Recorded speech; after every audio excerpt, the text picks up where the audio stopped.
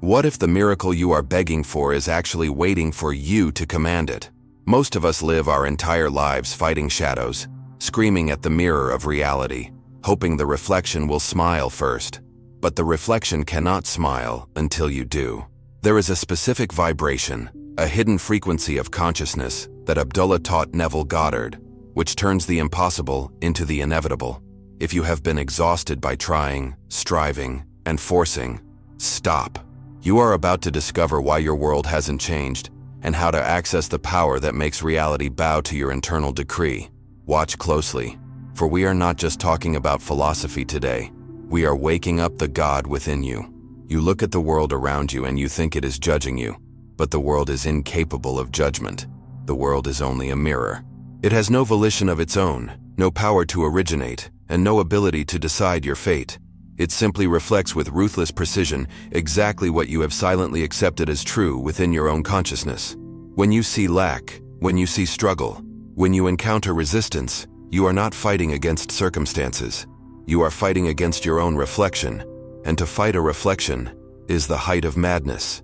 You must understand that the external reality is dead until you breathe life into it through your own awareness, for there is no substance outside of your own mind that can hold a form without your consent. Everything you see, every person you meet, every condition that arises is bearing witness to the secret conversations you hold with yourself in the silence of your bedroom. The world is telling you who you are believing yourself to be, and it will never lie to you. At the very center of this mirror, at the root of all phenomena, stands the unconditioned awareness, the great I am. This is not merely a phrase you utter. It is the vibration of existence itself, the creative power of God, resting within the human imagination. Before you are a person with a name, a history, or a set of problems, you simply are. And this pure beingness is the clay from which all life is molded. Most people use this power unconsciously, attaching it to their limitations, saying, I am tired, I am poor, or I am unworthy, not realizing that the moment they join the creative I am to a condition, they have signed a decree that the universe must obey. You are the operant power, and there is no other cause. The I am is the door through which the invisible becomes visible. To change the reflection in the mirror, you must change the definition of the self, for the world is powerless to change until you change the feeling of I am.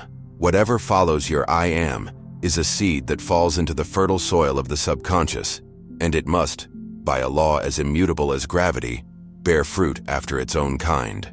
You cannot plant the seed of victimhood and expect to harvest a garden of sovereignty.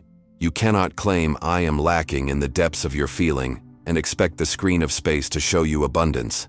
This is the great secret that Abdullah taught. There is no one to change but self. The internal state dictates the external experience with absolute authority, and nothing can come into your world unless there is a correspondence to it in your inner nature. You are constantly selecting your reality through your concept of self, and if you do not like the fruit you are eating, you must look at the root you are watering. The silence of your mind is the loudest command the universe hears. But understanding this is not enough. You must dare to assume the state. The law of assumption demands that you believe in the reality of your desire before a single shred of evidence appears to confirm it. To wait for the external world to change before you change your inner state is to surrender your power and live as a slave to the senses. You must dwell in the end. You must appropriate the state of the wish fulfilled now, in this present moment, because the present moment is the only time creation takes place. The spiritual man sees the invisible as the only true reality, and he treats the visible world as a temporary shadow that is rearranging itself to match his assumption. You must walk through the valley of the shadow of doubt without fearing, for you know that your assumption, if persisted in, will harden into fact. The invisible reality is not a metaphor. It is the substance from which the visible world is carved. When you close your eyes and construct a scene implies the fulfillment of your desire, you are not daydreaming. You are entering the true workshop of God. The physical senses will scream that it is a lie. They will point to your bank account, your relationships, your body, and tell you that you are deluding yourself. But you must deny the evidence of the senses in favor of the evidence of your imagination. This is the test. This is the fire through which the adept passes. Can you stand in the conviction of your I am when the world says you are not? If you can, The shadows must flee, and the invisible structure you have built in your mind will burst forth into the light of day. But that's only the surface. Here's what changes everything. It is not the words you speak that create, but the feeling you capture. You can repeat affirmations until your voice gives out, but if your heart vibrates with the frequency of lack, you will only manifest more lack. The universe does not speak English, or Spanish, or any human tongue. It speaks the language of vibration, the language of feeling. Feeling is the secret. It is the medium through which ideas are impressed upon the subconscious. When we say feeling, we do not mean a volatile emotion that comes and goes, but the deep, settled satisfaction of knowing it is done. It is the feeling of naturalness, the feeling that would be yours if your prayer were already answered. You must catch the mood of the wish fulfilled and sustain it until it becomes your natural dwelling place.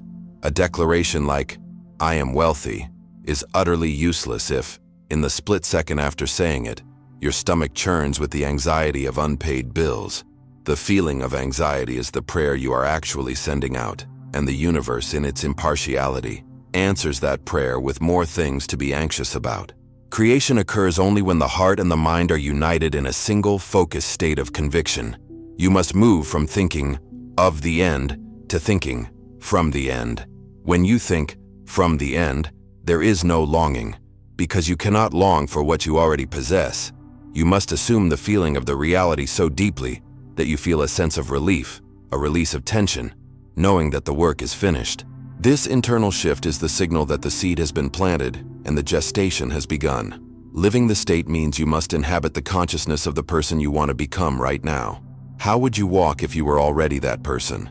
How would you sleep? How would you interact with your friends? You must wear the new concept of self as you would wear a new suit of clothes, until the fabric molds to your body and feels natural.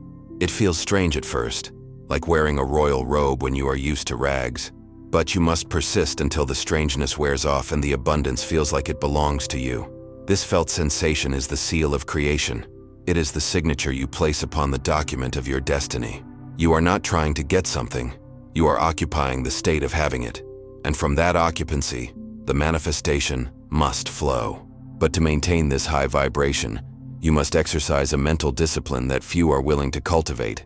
You must stand guard at the door of your mind and refuse entry to every thought, suggestion, or observation that denies your wish fulfilled.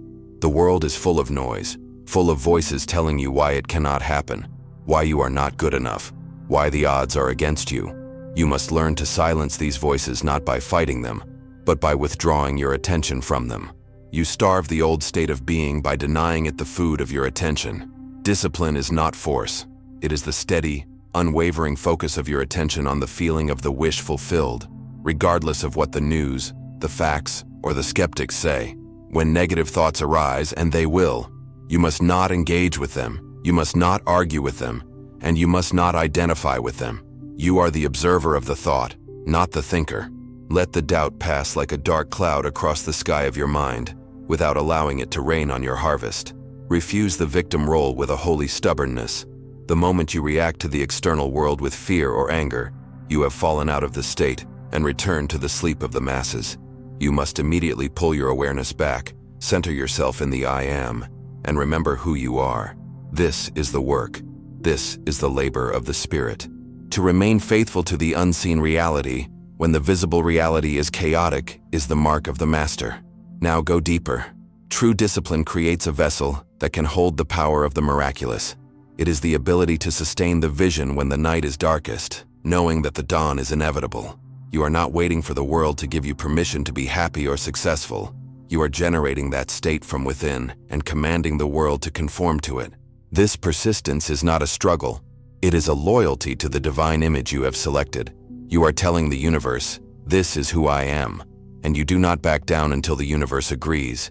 By maintaining this inner atmosphere, you become immune to the contagion of the mass mind, and you stand as a sovereign creator in a world of sleepwalkers. This brings us to the ultimate realization. You must move from the state of the beggar to the state of the sovereign. For too long you have begged a God outside of yourself for favors, pleading for change, hoping for a break. But the God you seek is the very imagination that is seeking. You must stop begging and start decreeing. A decree is not a request. It is a calm, authoritative assumption that what you have imagined is so. It is the I am asserting its nature. When you stand in your authority, you do not ask the mirror if it will smile back. You smile, and the mirror has no choice. You must realize that you are the king or queen of your inner kingdom, and your assumptions are the laws that govern your domain. The external world is described by the mystics not as a tyrant, but as a servant. It is an obedient servant that has been waiting for you to give it clear instructions. It has been confused because your instructions have been confused. One moment you command wealth, the next you command fear. When you stabilize your inner state, when you issue the decree of I am, with singularity of feeling, the world moves with haste to serve you. It will move people. It will shift circumstances. It will break barriers to fulfill the command of the operant power. The world has no independent authority to deny you. It only has the obligation to externalize your consciousness. Sovereignty begins in the silence. It is in the deep, quiet knowing that you are one with the creative power of the universe. You stop looking for validation from others. You stop looking for signs in the tea leaves, and you rest in the certainty of your own being. You reclaim your authority by withdrawing your power from the external shadows and placing it back where it belongs, in your own imagination. You walk through the world not as one who seeks, but as one who has found. This is the posture of the Creator. You are not a cork bobbing on the ocean of fate. You are the ocean, and you are the tide. So the invitation is to issue your decree now, not with words of desperation, but with the silent thunder of conviction. Assert your I am, with the feeling of the wish fulfilled. Dare to walk as if the passport is already stamped, as if the ring is already on the finger, as if the body is already healed. In this state of high indifference to the facts, you find your freedom. You have remembered the ancient secret. You are the dreamer, and the dream must obey the dreamer. The power was never outside. It was never in the distance. It was always, and will always be, entirely within you.